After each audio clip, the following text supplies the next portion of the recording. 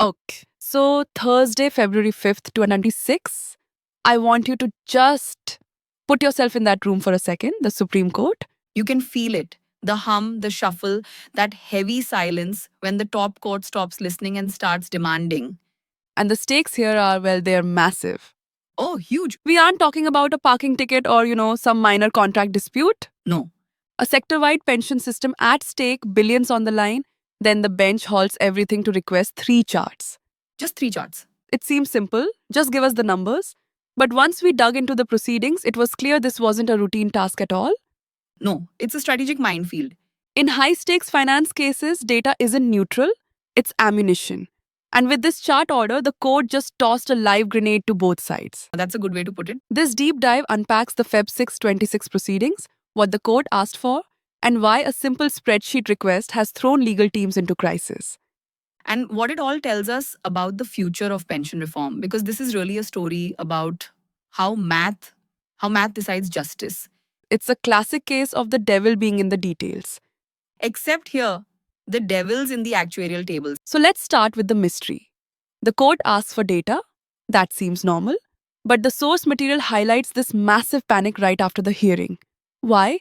The court asks the what, not the how, like a boss saying prove profit without telling you which accounting method to use. The answer you get could be completely different depending on the method. That answer decides whether a 75-year-old gets a life-changing payout or nothing. The court split retirees into 3 groups, and that's where the real work begins. I was looking at these dates in our notes and they are incredibly specific. They don't look random at all. No, they're definitely not random. These dates, they actually map the history of banking regulations. Okay, let's walk through them because I think the dates really tell the story. So, Group A are retirees from January 1st, 1986 to October 31st, 1987. That is such a tiny window. It is less than 2 years. Why carve that out specifically? If you follow banking history, Audit 31 1987 stands out. It marked the end of a major bipartite settlement that shaped wages and regulations. Okay, By isolating this group, the court is looking at a very specific generation of pension rules. These are people who retired in a completely different economic world. think of 1986, pre-liberalization, different rates, wild inflation. These retirees left the system before the internet even existed. Their pensions were based on salaries that now seem tiny. Then there's Group B covering 1987 to 2003, a huge 15-year block. The middle era, you could call it. This era saw tech booms, busts, and markets opening. A 2002 retiree earned far more than someone from 1987, yet still less than today's retirees. So the court probably suspects there's a big disparity even within that group. Within that group and between that group and today's retirees. And then you have Group C, everyone after March 1st, 2003, the modern cohort. So by slicing the data this way, the court is doing pattern recognition. Precisely. They aren't looking at retirees as one big group. They're drilling down to see if the system broke at a specific point in time. Is the 1986 retiree suffering more than the 2004 retiree? It's like taking core samples from a glacier to see how the climate changed. They want to know if life has become unlivable for older retirees because the argument isn't just about numbers, it's about survival. Okay, but why now? Why these charts? The source material we looked at suggests there are 2 competing theories for why the court wants this. And they're almost polar opposites. This is the fork in the road. Theory number 1 is what we'll call the loss calculation. This is the one the retirees are hoping for. The loss calculation, that sounds like a reckoning is coming. The bench wants mathematical proof that pensions have gone stagnant.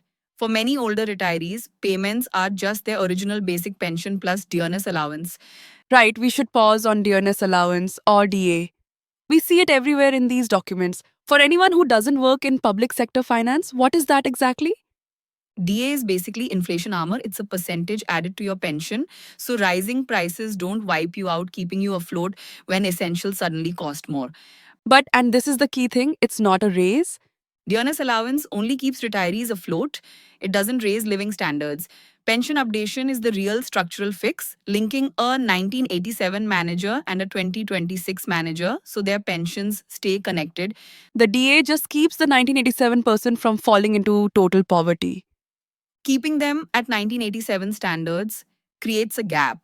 Theory 1 says the court wants charts showing what a retiree gets versus what they should be getting. They want to put a number on the loss. Exactly, quantify it. Mm-hmm. If the chart shows a massive red number that they've lost, say 40% of their value compared to their peers, well, that's a powerful legal argument, It turns unfairness into a number you can't ignore. right? But then you have theory number 2, the liquidity impact. A corporate reality check. This is the theory the banks are probably banking on, no pun intended. The bench might not be looking for the loss, they might be looking for the bill.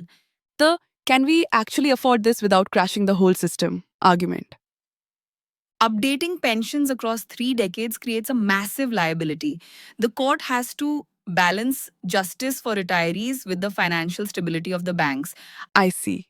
So if the charts show a number that's just too big, the court might say, look, we agree you are underpaid, but we can't order a payment that would cause a systemic failure.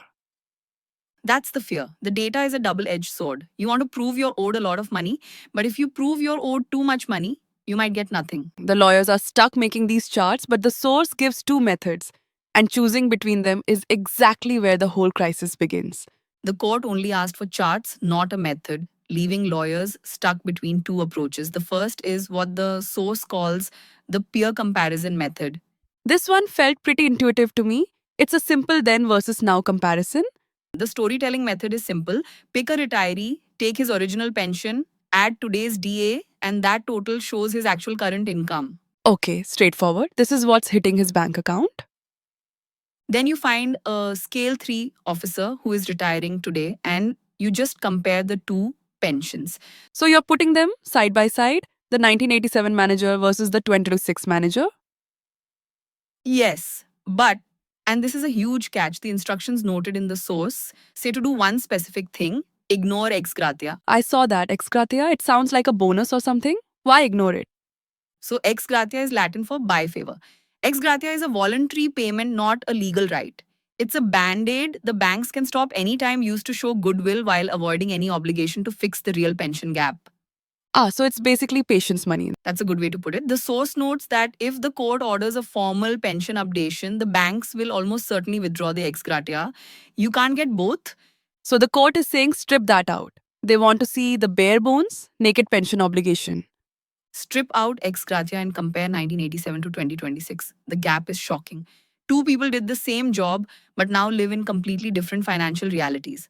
Okay, that's method one, peer comparison, powerful, visual. But then there's method number two, the theoretical formula. This is the actuary special. It's much colder, more mathematical. It refers to a specific regulation, Annexure Guide to Pension Regulation 35 to 1. I love when we get into the annexures. That's where the real machinery is. It is.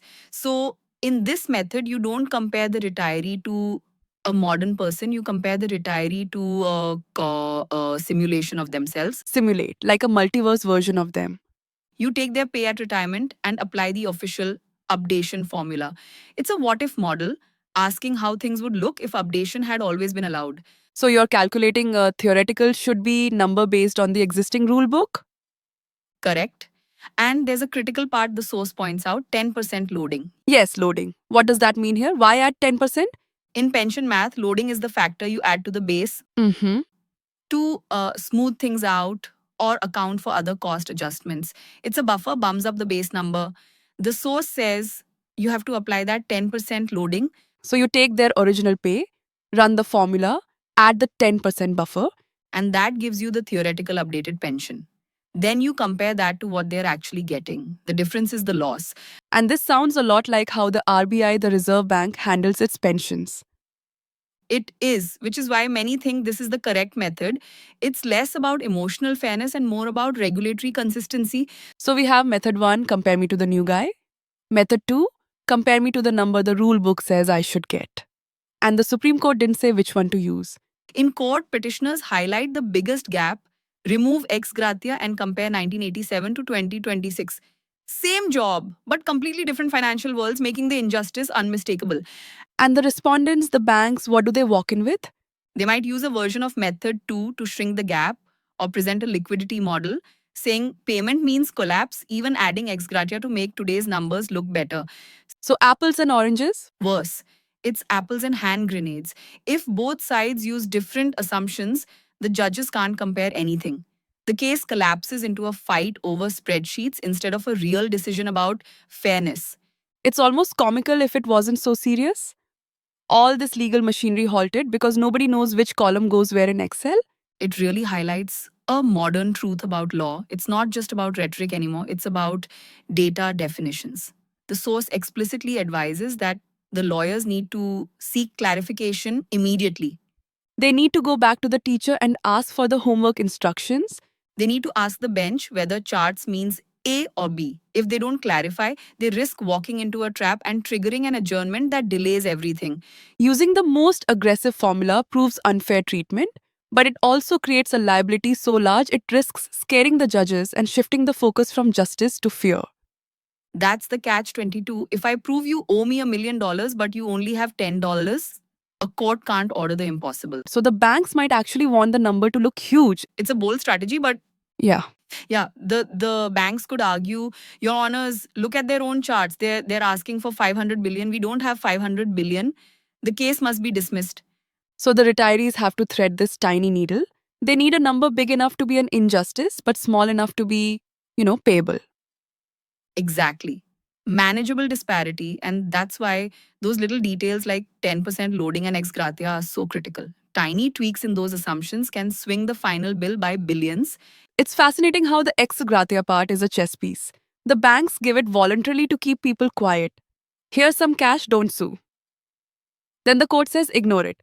That's the most hopeful signal for the retirees. The court is signaling they care about rights, not charity. They want to know about the contractual obligation, not the benevolence. But again, that just raises the price tag. It raises the price tag. Everything comes back to that final number at the bottom of the spreadsheet. So what happens next? The clock's ticking. If the lawyers are smart, and these are top tier advocates, they will confer. They'll agree on a template. We will present method 2 with these assumptions. They might even present a low cost and a high cost version. Give the judges a menu of options, the bronze, silver, and gold plan. Be generous, choose one method. Be conservative, choose another. It makes the judge's job easier because if they need their own calculators, the case is already slipping. And if they don't agree, if they show up with conflicting charts, Chaos, adjournments, frustrated judges, and the retirees wait another 6 months. it's a sobering thought. Justice delayed isn't always about some grand corruption. Sometimes it's just about bad data formatting, bureaucracy tripping over itself. And for the retirees in Group A, those folks from 1986, they don't have 6 months to waste. Time is the one thing they can't get back. We covered the dates and theories, but that February 6th moment stays with me. The judges didn't want speeches or emotion. They asked for 3 charts, nothing more. It just shifts the whole dynamic. It says, stop persuading us, show us the money.